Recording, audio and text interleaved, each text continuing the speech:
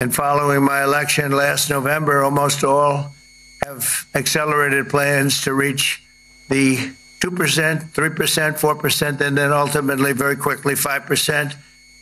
And all of this is going to be done very quickly, almost immediately. You probably know this as well as I do. I'm sure they've been talking about it. It's really been a big focus. In a very historic milestone this week, the NATO allies committed to dramatically increase their defense spending to that 5% of GDP, something that no one really thought possible. And they said, "You did it, sir, you did it." Well, I don't know if I did it, but I think I did. This will be known as the Hague Defense Commitment, which is pretty good, pretty appropriate. When the allies reach this number, it will add more than $1 trillion a year. Think of that, $1 trillion per year to our common defense. And this is a monument really to victory, but it's a monumental win for the United States, because we were carrying much more than our fair share. It was quite unfair, actually. But this is a big win for Europe and for actually Western civilization. For years, past administrations failed to get most allies to contribute even the 2%. I remember when I came here, we had 4 countries that were up to 2%. And I remember Poland was there. A couple of them were there. And but most of them were. We had 28 at the time. As you know, it's increased a little bit. And they've agreed now to more than double their budgets in all cases. And Europe stepping up to take more responsibility for its security will help prevent future disasters like the horrible situation with Russia and Ukraine, and hopefully we're going to get that solved. Last week, they lost 7,000 soldiers, mostly soldiers, but they're also getting hit in Kiev. They're getting hit in some of the towns also. And that means life. Life is disappearing also in the cities and towns. Should have never happened, would have never happened if I was president. Said it 1,000 times, and it never did happen. It's never even thought about. But it's vital that this additional money be spent on very serious military hardware, not bureaucracy. And hopefully that hardware is going to be made in America, because we have the best hardware in the world. You saw that, where 14 missiles were shot at us the other day. And they were very nice. They gave us warning. They said, "We're going to shoot them. Is 1 o'clock okay?" They said, "It's fine." And everybody was emptied off the base, so they couldn't get hurt except for the gunners. They call them the gunners. And out of 14 high-end missiles that were shot at the base in Qatar, all 14, as you know, were shot down by our equipment. Amazing stuff. Amazing that they can do. It's like shooting a bullet with a bullet. It's the same thing if you think about it. 14 out of 14, and they weren't even that surprised. I said, "Do you do that well often?" They say, "We pretty much do, sir."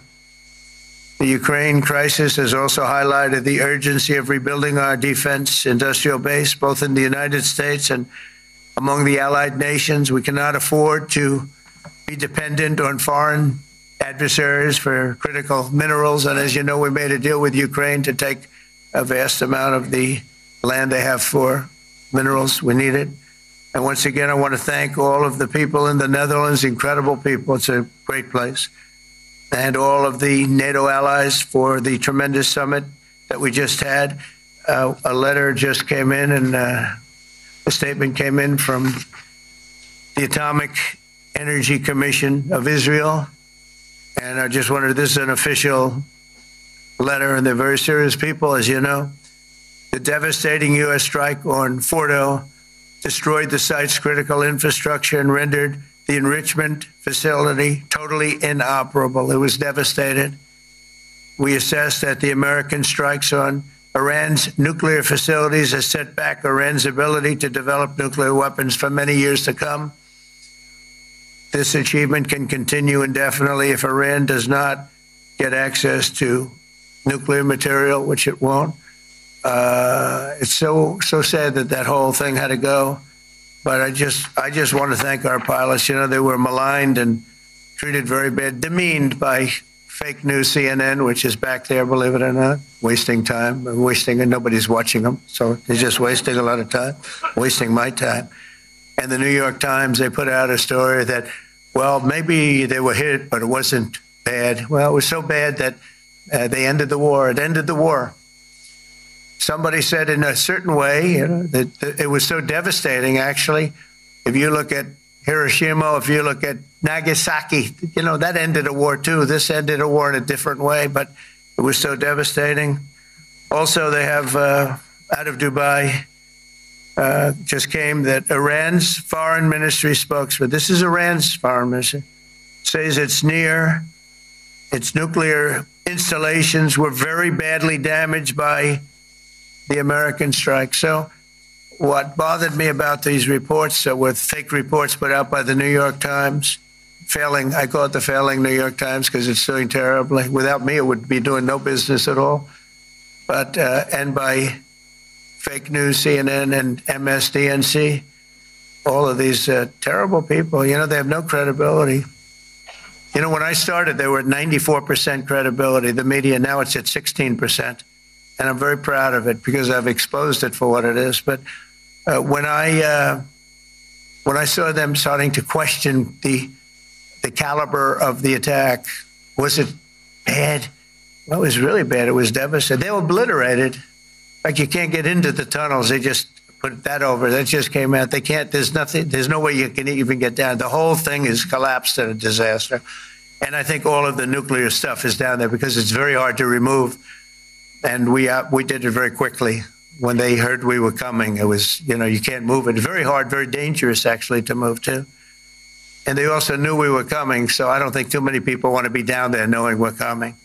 With the bunker busters, as we call them, we're the only ones that have them. We have the best equipment, best nuclear equipment, and we have the best equipment in the world. And by the way, we can't forget our submarine, which was out there, submarines actually, but submarine was out there. We shot 30 rockets into an area, every single one of them. I think it was almost 400 miles away, I think, Pete, right? 400 and long. It was in the ocean, long ways away.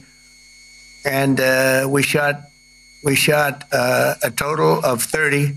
Every single one of them hit within 9 inches from where it was supposed to be. It took it a lot because we didn't do just Fordo. We did 2 others in addition, which hadn't been completely destroyed.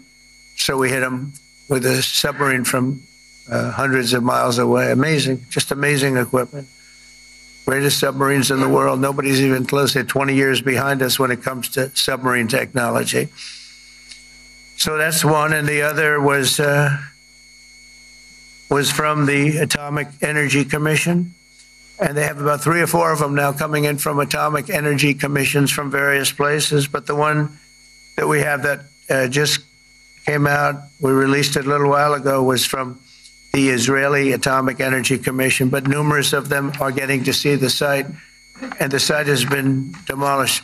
And again, we had these brave patriots, these incredible flyers, these people that can fly a plane better than anybody can fly a plane, going into very hostile territory, flying into the territory that has got more missiles and things pointed at it.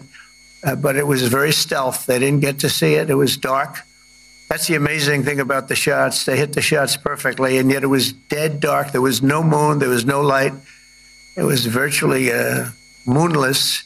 It was very dark, and the shots were hit perfectly. But when they get demeaned, and they were very upset about it because they knew how strong it would be. Back in Missouri, the pilots flew about 36 hours, 2 ways, far distance, and in those incredible B-2s. And we then had the F-22s, and we had the F-35s, and we had other planes, and we had, I think, a total of 52 tankers. That means the big tankers, because the refueling was a lot for all of the different planes that we sent.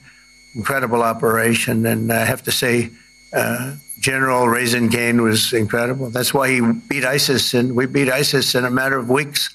I was told it would take 4 to 5 years. We did it in a few weeks. And he was great. That's why he's the head of the Joint Chiefs of Staff right now, because I had a very good experience with him. He knocked out ISIS in a period of literally a few weeks. Amazing. And it was supposed to take a few years, 5 years to be exact. So we had a great victory there, and we then came here, and I think we had a great victory here. But this is an ongoing project. This is the safety of Europe, the safety of the world.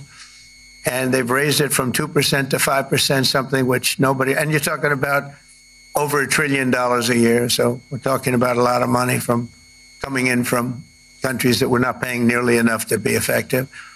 So I have, as you know, Marco Rubio with me, and Pete Hegseth, Secretary of State and Secretary of War. Should we say Secretary? You know, it used to be called Secretary of War. Maybe for a couple of weeks we'll call it that because we feel like warriors. It used to be called Secretary of War. In fact, if you look at the old building next to the White House, you can see where it used to be Secretary of War. Then we became politically correct, and they called it Secretary of Defense. I don't know, maybe we'll have to start thinking about changing it, but we feel that way. Do we have any questions, please? Wow. That's a lot of questions.